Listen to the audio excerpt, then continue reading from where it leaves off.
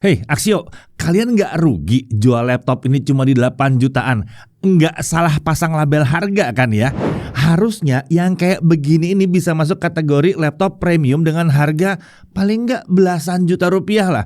Lah, gimana nggak? Layarnya langsung pakai panel OLED. Bobotnya di bawah 1 kilogram, bukan 1 kilograman, bukan. Laptop 20 jutaan aja belum tentu bobotnya bisa di bawah 1 kilogram. Bodinya juga bukan plastik, ini metal nih. Ya, jadi dia nggak meleot-meleot kalau diangkat. Performanya juga nggak kaleng-kaleng. Prosesor pakai AMD Ryzen Pro 6000 series dengan 8 core Zen 3 Plus. Ya, ini prosesor yang biasanya ada dalam laptop bisnis. RAM-nya langsung 16 GB LPDDR5, jadi siap pakai dan langsung kencang. Sistem grafis udah pakai RDNA 2 dan kita bisa atur lagi kapasitas VRAM-nya. Tentunya garansi kecurian ala Aksio tetap ada di sini. Ya, laptop yang sepertinya kemurahan ini adalah Aksio HyperX X8 OLED. Oke, setelah sebelumnya menggunakan prosesor Intel, laptop Aksio Hyper sekarang hadir varian terbarunya yang pakai prosesor AMD Ryzen. Lalu apa aja bedanya dengan yang versi Intel? Apakah tetap menarik seperti yang sebelumnya? Oke, kita langsung mulai pembahasannya mulai dari spesifikasinya. Untuk prosesor, dia pakai AMD Ryzen 7 Pro 6850U. Fabrikasinya TSMC 6 nanometer FinFET. Default TDP-nya 15-28 watt. Dia punya 8 core 16 thread dan L3 cache-nya ada di 16 MB. Untuk integrated graphics dia pakai AMD Radeon 680M dengan 12 compute units atau 768 stream prosesor. Tentunya IGP ini sudah mendukung ray tracing dan decode video AV1. Dalam menu BIOS itu disediakan pengaturan kapasitas VRAM dengan pilihan dari 512 MB hingga 8 GB. Tapi sayang sekali saat kami pilih opsi di atas 2 GB ternyata kapasitas VRAM-nya tetap 2 GB aja, nggak bisa nambah lebih dari itu. Nah, untuk memori atau RAM yang terpasang adalah 16 GB LPDDR5 6400 MHz dual channel 128 bit. Jadi laptop ini pakai RAM onboard ya, namanya juga LPDDR ya. Ini nggak bisa di-upgrade jadinya. Tapi karena dia LPDDR5, kecepatan RAM-nya bisa tinggi. Jadi performa IGP-nya atau integrated graphics yang tadi itu bisa jadi maksimal. Nah, untuk storage dia pakai setengah terabyte ya, atau tepatnya 512 GB SSD M.2 NVMe PCIe Gen 3 by 4. Di sini hanya ada satu slot M.2. Jadi kalau mau upgrade itu harus ganti SSD bawaannya. Oke, untuk wireless connectivity-nya dia pakai modul Realtek yang sudah support Wi-Fi 6 dan Bluetooth versi 5.3. Untuk kapasitas baterainya ada di 60 Wh. Untuk OS dia pakai Windows 11 Pro. Iya, nggak salah dengar. Pro versi 24H2. Oke, untuk body form factor-nya adalah clamshell atau ini adalah laptop klasik bentuknya ya. Materialnya, nah ini magnesium untuk punggung layarnya dan aluminium untuk penutup bawah. Si magnesiumnya ini yang biasanya membuatnya jadi lebih enteng ya. Nah, untuk warna ini abu-abu gelap dengan permukaan matte finish. Untuk desain ini penampilan Hyper 1 ini bisa dibilang nggak beda dibandingkan versi Intelnya. Desainnya masih simple dengan feel yang premium dan profesional. Harusnya cocok nih buat kerja di kantor atau kuliah di kampus gitu ya. Untuk dimensinya panjang 31,1 cm, lebar 21,7 cm dengan ketebalan di 1,59 cm. Bobotnya laptopnya aja cuma 956 gram. Ini enteng banget.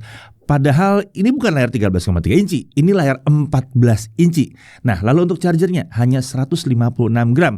Ini juga tergolong ringan ya untuk charger 65 watt dengan konektor USB Type-C. Charger ini menggunakan desain satu bagian seperti charger smartphone, tapi kabelnya ini nggak bisa dilepas. Ya, desain seperti ini memang membuat charger jadi lebih praktis saja kalau mau dibawa-bawa. Total bobotnya, laptop plus chargernya kalau dibawa-bawa adalah 1,1 kg. Kalau laptopnya aja 1,1 kg itu udah enteng banget. Ini laptop plus charger 1,1 kg. Oke, untuk layar seperti dibahas tadi ini ukurannya adalah 14 inci, resolusinya 1920x1200 pixel, jadi aspek rasionya ada di 16:10. Refresh rate-nya 60 Hz dengan response time di 0,2 millisecond karena dia pakai panel OLED ya. Nah, menurut Aksio layarnya diklaim punya color gamut di 100% sRGB. sRGB? Oke, kalau kita ukur, kita dapatkan bahwa tingkat kecerahan maksimalnya ada di 415 nits di mode SDR dan 566 nits di mode HDR. Sementara untuk gamut coveragenya itu ternyata nggak cuma bisa mencapai 100% sRGB, tapi bahkan bisa mencapai 99,9% DCI-P3 dengan gamut volumenya ada di 128,6% DCI-P3. Mungkin salah tulis ya Axio ya, bukan sRGB, di CIP3 mungkin harusnya ya. Ya, ini sudah cocok banget ya dipakai buat editing yang serius yang butuh akurasi warna tinggi. Buat streaming video HDR juga pastinya mantep banget yang satu ini. Permukaan layarnya punya sifat glossy di mana ini normal untuk sebuah layar OLED. Meskipun ini memang akan memantulkan sedikit bayangan, permukaan seperti ini justru membuat warna yang ditampilkan tuh jadi lebih cemerlang lagi. Untuk bingkai layar juga sudah menggunakan desain yang tipis untuk sisi kanan, kiri, dan atas. Jadi tampilannya terasa lebih lapang aja di sini. Menariknya, engsel layarnya bisa dibuka hampir lurus hingga 178 derajat sehingga lebih aman dari risiko rusak akibat kedorong nggak sengaja. Ini juga memudahkan kita saat menunjukkan tampilan layar ke lawan bicara di depan kita. Oke, sekarang kita bicara soal kamera dan mikrofonnya. Sayangnya laptop ini masih pakai kamera 720p 30 fps. Ini belum yang 1080p. Sementara itu untuk modul mikrofon ada 2 buah ditempatkan di sisi kanan dan kiri kamera. Nah, saat kami coba gambar yang ditangkap kamera terlihat agak kurang terang ya, walaupun kita sudah pakai pencahayaan lampu dari studio. Jadi kalau mau video call pastikan pencahayaannya yang seterang mungkin di depan jendela kali ya. Sementara untuk mikrofonnya dia masih bisa menangkap suara kami dengan jelas nih. Sayangnya di sini tidak ada noise cancellation. Jadi suara bising di sekitar masih masuk ke dalam mikrofon. Tapi meskipun suara bisingnya ikut masuk, suara kami tuh masih jelas sebetulnya ya, nggak yang berantakan juga. Oke, sekarang kita coba apakah laptop Axio ini punya kemampuan noise cancellation atau tidak. Jadi gimana nih, suara bising yang ada di sekitar saya masuk ke mikrofon atau enggak? Oke, untuk sistem audionya laptop ini pakai 2 buah speaker dengan arah keluaran suara itu ke bawah ya. Suara yang dihasilkan memang tidak terlalu lantang, tapi nggak bisa dibilang yang nggak kedengeran juga tentunya ya.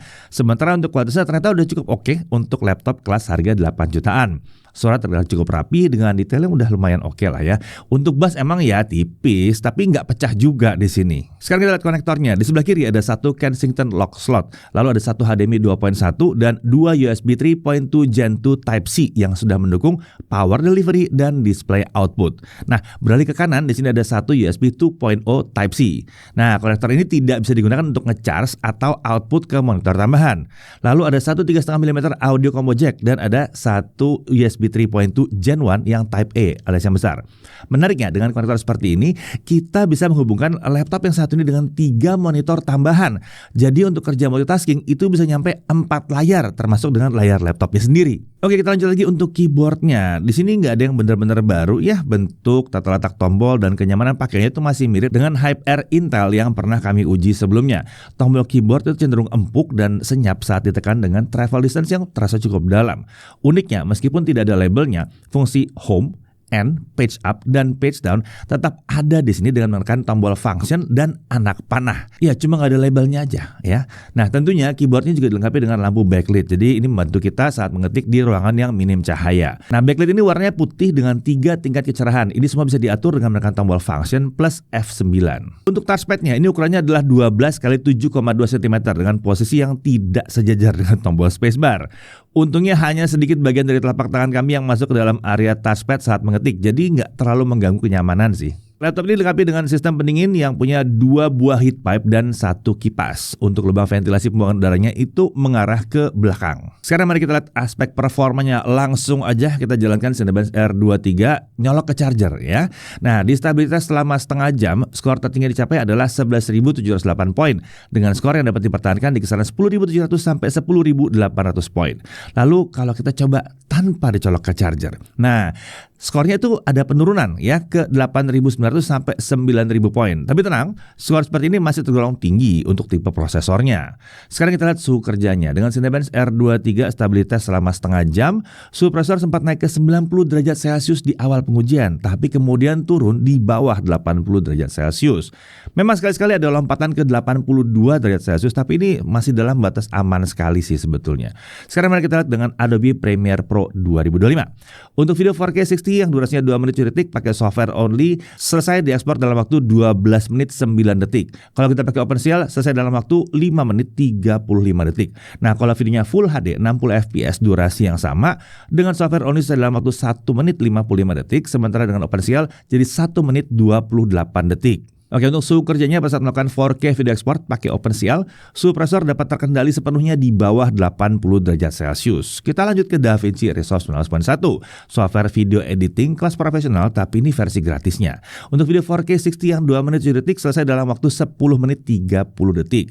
Kalau videonya Full HD 60 fps durasi yang sama selesai dalam waktu 2 menit 59 detik. Nah, untuk suhu kerjanya pada saat melakukan 4K video exporting, di separuh awal pengujian suhu prosesor sempat berada di atas 80 derajat Celcius sebelum akhirnya turun di kisaran 75 sampai 77 derajat Celcius. Lagi-lagi ini masih terkendali banget. Sekarang kita coba untuk CapCut video 4K 60 2 menit 7 detik selesai dalam waktu 2 menit 30 detik.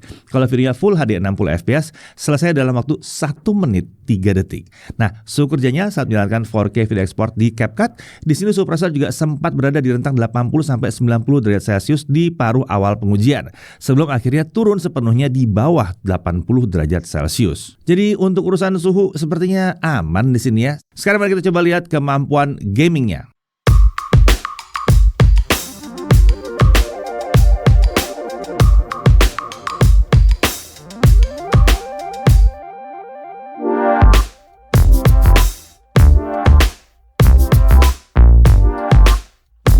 Oke, untuk game yang terakhir ini Assassin's Creed Mirage ya. Selama setengah jam kita mainkan, kita lihat suhu kerjanya. Suhu prosesor itu ada di kisaran 73 sampai 75 derajat Celcius.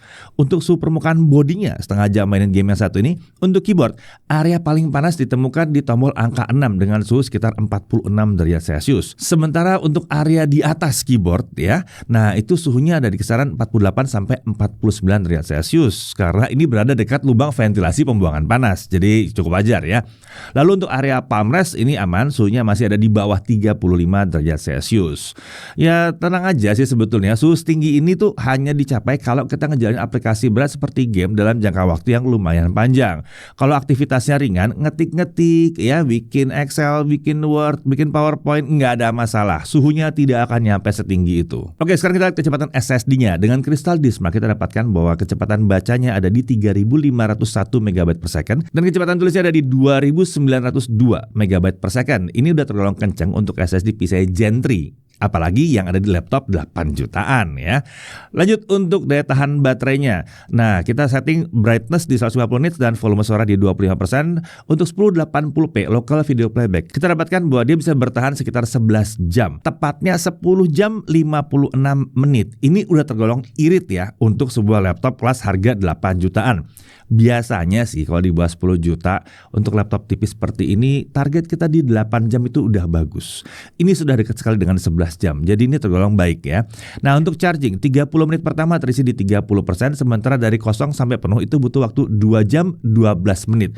Ini masih tergolong normal, walaupun harapan kami sih 2 jam pas lah ya. Tapi ya lebih-lebih 12 menit masih oke. Oke, untuk harga tepatnya menurut Aksio Indonesia harga resminya adalah 8.999.000. Tapi kalau kalian cari sendiri toko online, harganya dapat berapa? Coba cek deh ya. Tulis di kolom komentar dan rasanya kalian tidak akan protes kalau kalian bilang bahwa ini harganya 8 jutaan ya, bukan 9 juta kurang 1.000. Oke, untuk bonus pembelian di sini ada pernak-pernik JKT48 ya. Lalu untuk garansi ada 1 tahun dari Aksio Indonesia. Dan tentunya garansi tersebut sudah mencakup ADP ekstra selama 1 tahun. Nah, garansi ADP ekstra ini akan mengcover berbagai kerusakan yang diakibatkan oleh kelalaian penggunanya sendiri, seperti ketumpahan cairan, nggak sengaja jatuh, korsleting listrik, bencana alam, dan masih banyak lagi. Menariknya, ADP ekstra ini juga akan mengcover kerugian akibat tindak kejahatan seperti pencurian misalnya. Dan gak cuma itu, Aksio juga menjanjikan bahwa proses klaim ADP akan mudah dan dapat dilakukan di 183 service center yang tersebar di seluruh Indonesia. Bahkan Aksio itu punya layanan yang namanya same day service. Jadi klaim garansinya harusnya cepat. Nah, kalau proses servisnya melebihi 6 jam, Aksio itu seharusnya akan meminjamkan laptop pengganti, jadi kita tetap bisa beraktivitas. Oh ya, selain itu Aksio juga menyediakan jasa pembersihan dan repasta atau repasting secara gratis seumur hidup ya. Oke, langsung kita masuk dalam hal yang perlu diperhatikan. Pertama, RAM-nya ini onboard ya. Jadi kita tidak bisa upgrade RAM-nya. Tapi harusnya sih 16 GB itu masih mencukupi lah buat aktivitas yang nggak terlalu berat-berat banget. Lagian masih sesuai lah ya dengan kemampuan prosesornya. Lalu untuk kapasitas VRAM-nya ini nggak bisa kita buat lebih dari 2 GB ya. Lalu untuk gambar yang ditangkap kamera itu kurang terang sih rasanya. Dan kemudian untuk garansinya, ini garansi normalnya cuma 1 tahun. Dan dia belum dapat Microsoft Office. Tapi untuk urusan yang satu ini ya, laptop ini sudah diinstal dengan LibreOffice juga. Dengan fungsi yang mirip lah dengan Microsoft Office. Dan tentunya kalau butuh Microsoft Office beneran ya, bisa aja diinstal di sini ya, tentunya setelah beli lisensinya. Nah, dari sisi menariknya, penampilannya seperti laptop premium ya, walaupun harganya cuma di 8 jutaan. Lalu bobotnya ini tergolong sangat ringan karena ada di bawah 1 kg dan bukan 999 juga ya, tapi 950-an gram ya, lumayan ringan ini ya. Lalu layarnya langsung OLED 100% DCI P3 dan ada mode HDR-nya. Dan kemudian dia sudah pakai prosesor 8 core Ryzen 7 Pro. Ini mumpuni untuk multitasking dan juga editing. Oh ya, untuk prosesor ini kita udah cek ke AMD Indonesia. Prosesornya legit loh yang satu ini. Nah, dan prosesornya juga kencang untuk gaming tipis-tipis di resolusi Full HD. Kapasitas VRAM juga bisa diatur dari menu BIOS. RAM udah langsung LPDDR5 dual channel, jadi udah langsung kenceng. Baterai juga irit, udah nyaris 11 jam. Konektor juga lengkap untuk ukuran sebuah laptop tipis di harga 8 jutaan. Dan dia punya garansi kelalaian serta garansi terhadap kecurian. Lalu di sini juga ada pernak-pernik JKT48 dan sudah pakai Windows 11 Pro yang fitur-fiturnya memang lebih banyak ya dibandingkan Windows 11 yang biasa. Dan yang terakhir, paket penjualannya jelas membuat harganya jadi sangat menarik untuk apa yang kita dapatkan. Jadi pertanyaannya, Axio HyperX X8 OLED ini cocoknya buat siapa sih? Nah, yang satu ini cocok banget untuk kalangan road warrior yang butuh laptop yang enteng tapi baterainya harus irit juga. Mau pakai laptop ini buat meeting juga nggak ada masalah ya. Penampilannya juga profesional yang satu ini. Buat pelajar dan mahasiswa juga cocok nih harusnya ya, kalau memang aktivitasnya butuhnya laptop yang seperti ini yang mudah dibawa-bawa kemana-mana. Apalagi harganya masih relatif terjangkau di 8 jutaan dan dia punya ADP yang bikin orang tua harusnya nggak perlu terlalu was-was lah ya. Nah, lalu untuk yang butuh laptop untuk edit video atau edit gambar selama bukan yang 4K gitu ya, harusnya ini sih cocok banget sih. Apalagi layar udah OLED 100% DCI P3 dan speknya udah cocok banget, paling nggak sampai Full HD 60 fps tuh masih mantep tuh ya. Nah, mau dipakai untuk coding juga harusnya bisa ya, asalkan aplikasinya memang cocok dengan spek laptop ini. Ya, pada akhirnya kita lagi-lagi mendapatkan pilihan yang sangat menggoda untuk laptop kelas 8 jutaan. Penampilannya premium, bobotnya sangat ringan, sangat-sangat ringan, layarnya juga mewah, performanya kencang dan baterainya tergolong irit. Dan dia dapat garansi yang mumpuni. Terima kasih loh Axio sudah menyediakan produk-produk yang terasa premium seperti ini, enteng dan nyaman buat dibawa kemana-mana. Kayaknya memang laptop-laptop seperti ini sebetulnya yang dicari datang dari brand lokal ya. Bukan laptop-laptop yang kurang performance gitu ya, tapi laptop yang kencang dan ringan dibawa seperti ini memang cocok banget sih harusnya buat kebutuhan orang Indonesia. Saya Didi Irfan, Jakarta TV.